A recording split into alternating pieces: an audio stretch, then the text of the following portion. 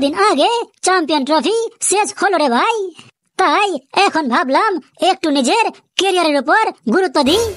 যেই মাত্র এখন ভাবলাম যে এবার একটু পড়তে বসবো, কিন্তু তাতেই নাকি বলে আইপিএল চলে এলো। তুই ঠিকই বলেছিস কালু, আমাদের মতো ক্রিকেট লাভারদের অবস্থা এরকমই রে। যখন কোনো ক্রিকেট খেলা থাকে না তখন মনে হয় জীবনে অনেক টাইম আছে, জীবনে অনেক কিছু করতে পারবো, তাই তখন টাইমটা আমরা হাওয়ায় উড়িয়ে ফেলি। আর যতক্ষণে ভাবনা আসে এবার একটু পড়াশোনা করতে হবে, এবার একটু ফিউচারকে নিয়ে চিন্তা করতে হবে, আর ঠিক তখনই কোনো না কোনো খেলা চলেই আসে।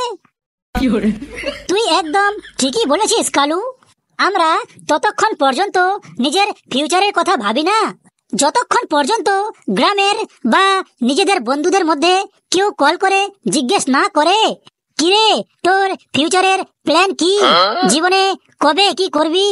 সবাই তো সব করে নিল, ঠিক তারপরেই আমারও ভাবনা আসলো যে এবার লাইফে একটু পড়াশোনা করি। পড়াশোনা করিস না জীবনে সফল পাবি না, পড়াশোনা করিস না জীবনে সফল পাবি না।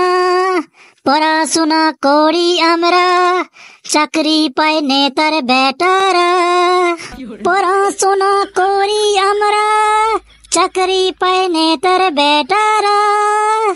পড়াশোনা ছাড়া ব্যক্তি চালায় যে আমাদের দেশটি, পড়াশোনা করা ব্যক্তি শুধু হয় রোডপতি।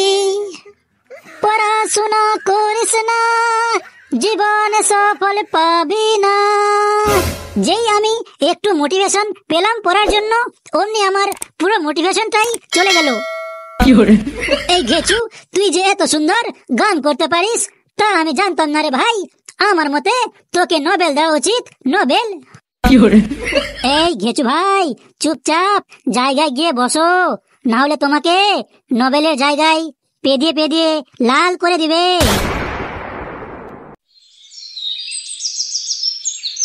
আয় আয়, তোরা কি রে, প্রতিদিন তোদের রুম থেকে এত চিৎকার আসে কেন রে?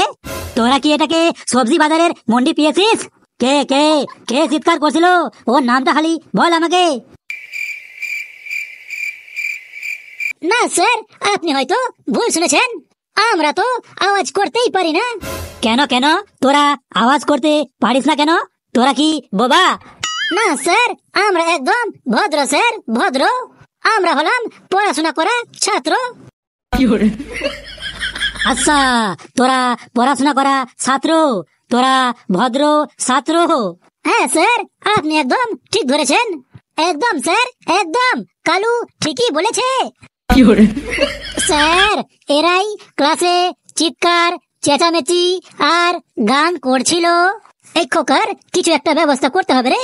তুই ঠিকই বলেছিস, এই খোকার একটা ব্যবস্থা করতেই হবে। আয় আয় ঘেসু, কালু, তোরা দুজন বেঞ্চের উপর দাঁড়া। দাঁড়িয়ে গেলাম স্যার। তোরা নাকি বলে খুব পড়াশোনা করিস, তোরা বলে সবাই ভদ্র হয়ে গেছিস। একদম স্যার, একদম আপনি ঠিক শুনেছেন। দেখা যাক তোরা কতটা ভদ্র আর কতটা পড়াশোনা করিস। আজকে যদি তোরা আমার একটা প্রশ্নের উত্তর ভুলভাল দিস, তাহলে পেদিয়ে পেদিয়ে লাল করে দিবেন।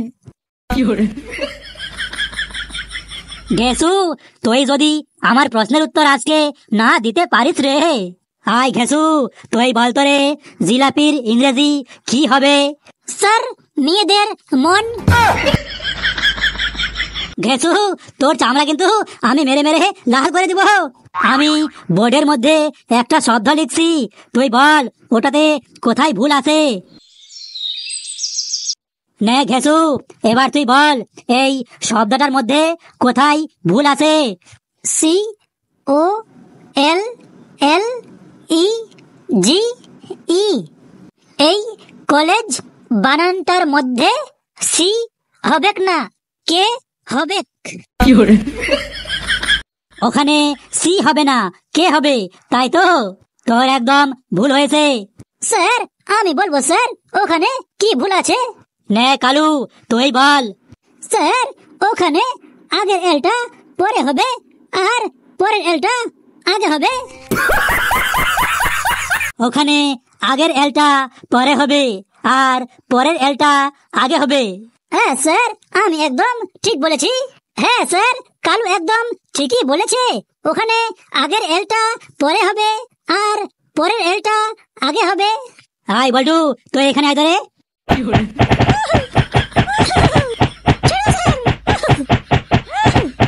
স্যার, তাহলে কালুকেও মারেন। এই কি রে বল্টু, তুই মার খেলি ভালো কথা, ওখানে আবার আমাকে কেন টানছিস রে? স্যার, আপনি কালুকেও মারেন। আমি কাকে মারবো আর না মারবো ওটা তোকে বলতে হবে না, তুই তোর নিজের জায়গায় চুপচাপ বসে থাক। একদম স্যার, একদম। আপনার এই নীতি আমাকে খুব ভালো লাগলো স্যার। আয় কালু, তুই বলতো রে, শ্বশুর বাড়িতে জামাই এত বেশি আদর পায় কেন? শ্বশুর বাড়িতে জামাইগুলা এত আদর পায় কারণ শ্বশুর বাড়ির লোকেরা জানে যে এ সেই মহান ব্যক্তি যে তাদের বাড়ির কালবৈশাখী ঝড়ের মতো একটা ঝড়কে সামনে রেখেছে। তোর এই কি সাংঘাতিক উত্তর রে হে। আমি জানতাম তোরা কেউ ঠিকঠাক পড়াশোনা করে আসবি না, খালি এসে উল্টা পাল্টা উত্তর দিবি। এইবার তোরা সব কটা ফেল হবি ফেল। আমাদের ফেল করিয়ে যদি আপনি খুশি পান তাহলে আমাদের ফেল করিয়ে দিবেন, কেননা আপনার খুশিতেই আমার খুশি। বেশি বক বক করবি না কালু, তুই একদম বেঞ্চের উপর কান ধরিয়ে দাঁড়িয়ে থাক। স্যার, একটা কথা বলবো। বল, কি কথা তোর? স্যার, আপনি বাঙালিদের মুড কেমন জানেন? বাঙালিদের মুড আবার কেমন হয়? বাঙালিরা যদি ডক্টরের কাছে কোনো কিছু টেস্ট করাতে যায় আর বাই চান্স যদি রিপোর্ট নরমাল চলে আসে তাহলে ওরা মনে করে টাকাটা জলে গেল রে। আয় কালু আয়, তুই একদম চুপচাপ দাঁড়িয়ে থাক, একটাও কথা বলবি না। Okay sir, no problem. আয় বল্টু, তুই কি চাস রে? মানে তুই জীবনে কি চাস? স্যার, আমি চাই যেন আমাদের বাড়িতে এমন একটা চোর আসুক এবং সবকিছু রেখে আমার বই খাতা চুরি করে নিয়ে যাক। বাপ রে বাপ, কি সাংঘাতিক রে। তুই একদম বেঞ্চের উপর কান ধরে দাঁড়িয়ে থাক, আজকে আমি তোর গার্জেন কল করবো। স্যার, একটা কথা বলবো স্যার। না, তুই কোনো কথা বলবি না। Please sir, please. দেখিস কোনো উল্টা পাল্টা যেন কথা না হয়। না স্যার, একদম বাস্তব কথা স্যার, বাস্তব কথা। বেশ, বল কেমন তোর বাস্তব কথাটা? মেয়েদের মন বোঝা আর সমুদ্রের মধ্যে পয়সা খোঁজা দুটোই সমান স্যার। আয় কালু আয়, তুই এখানে আয় তো রে। না স্যার, আমি এখানেই ঠিকই আছি। তুই এখানে আসবি নাকি আমি ওখানে যাব?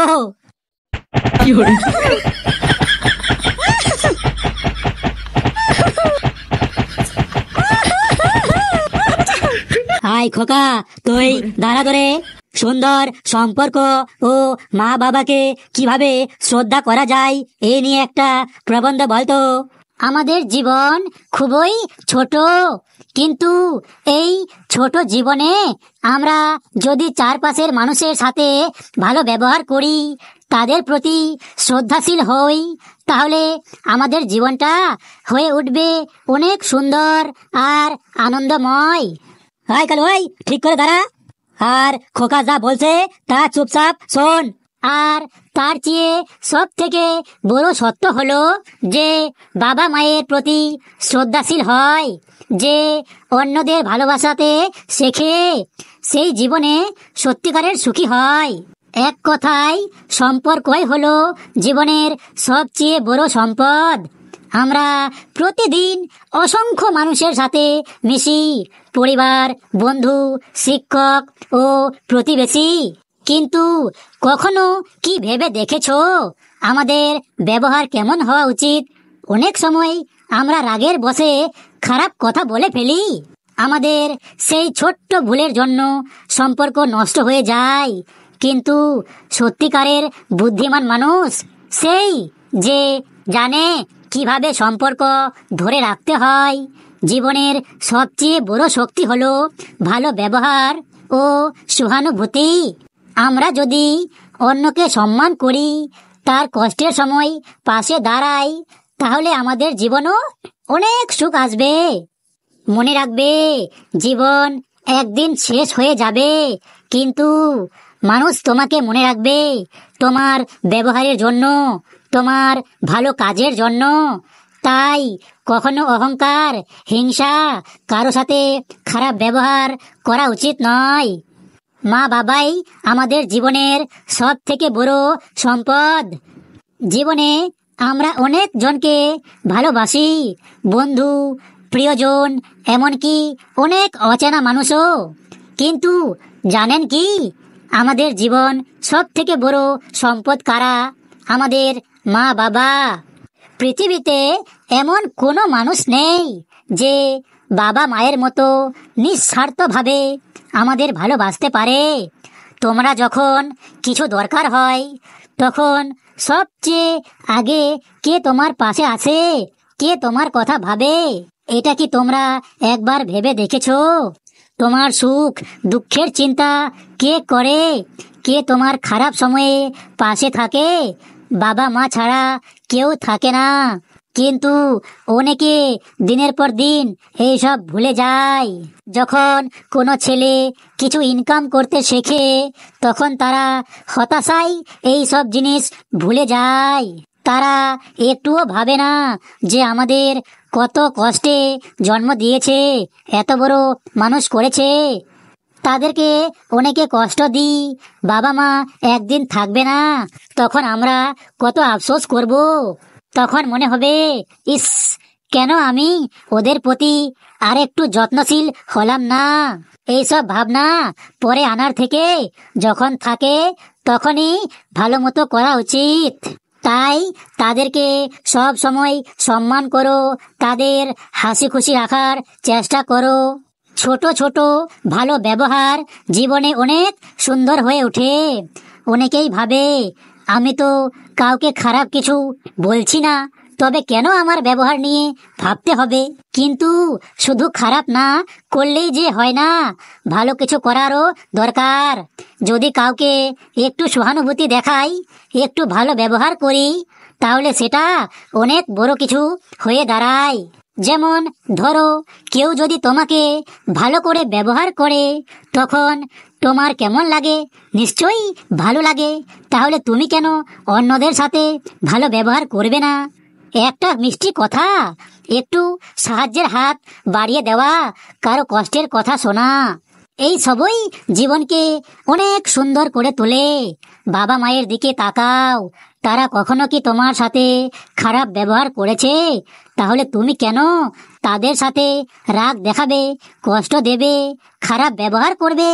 তোমরা সবাই মনে রেখো, জীবন একদিন শেষ হয়ে যাবে, কিন্তু তোমার ভালো কর্ম, তোমার খারাপ কর্ম সব সময় মানুষ মনে রাখবে।